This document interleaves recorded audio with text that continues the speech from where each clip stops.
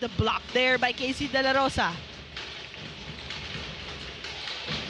Owani on the other end, and you talked about this, Melissa. Every time Kai Owani gets going, good things happen to Ateneo. UE has left Kai Owani wide open multiple times, and that time Kai makes them pay. And Kate Concho able to... That was our score. Another disruption here by the Ateneo defense. This time, Malagar drains that. We talked about it at the end of intensity. They forced UE to 2 steals, and then it led to this series of points. First, the 3-pointer from Kai Owani, Kate Concho diving through the UE defense, and then the last possession, Camille Malagar able to knock down that 3-point shot. Bit of a run now. Oh, Casey De La Rosa, great feed there by Kate Concho.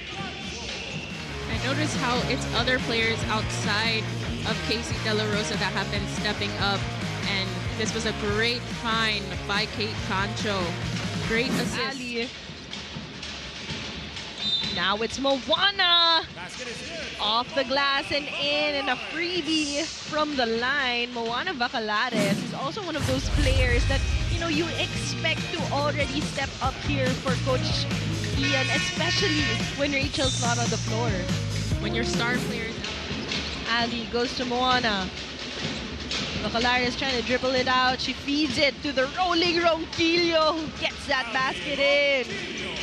That was a beautiful. We saw that Lopez had just looked away for just a second and then cut right in front of her. Casey De La Rosa just giving everybody, you know, a UE was able to finally get some points for themselves here in this second quarter after Ateneo went on a 10-2 run.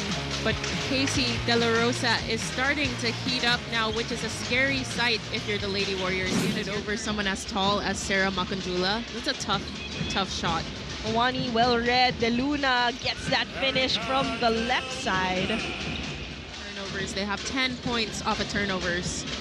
Sai Onyatel, good looking shot, just doesn't fall in. This time she attacks, gets it off the glass, and she gets a foul on Casey De La Rosa. Like I mentioned, Ateneo stepped it up on the defensive end, and it's creating offensive opportunities for them, just like Erica De Luna off of that run ahead.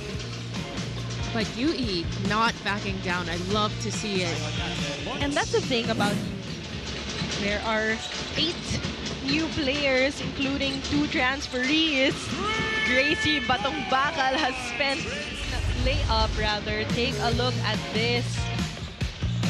Excellent ball movement to find Gracie Batong Bakal wide open on that 3-point wing.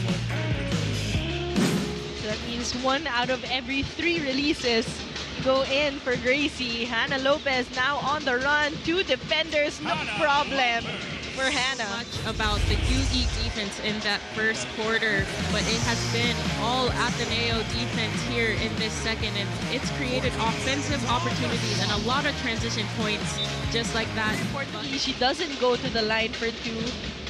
So great defense on the side of UE. This time, that shot was challenged, but Sarah Makandula just too big and too strong. In other ways. And on this possession, able to use great footwork to rip through the UE defense. Doesn't matter how many. And it seemed like the Blue Eagles were a little bit lax in that first quarter. And then when the second quarter hit, they really leveled it up, turned up the intensity.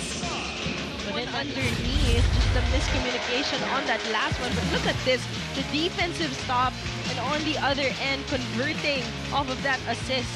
And that is what worked so well. Lots of time on the clock, but a turnover was forced by the Ateneo defense. Hannah Lopez, a lot of bodies again in front of her.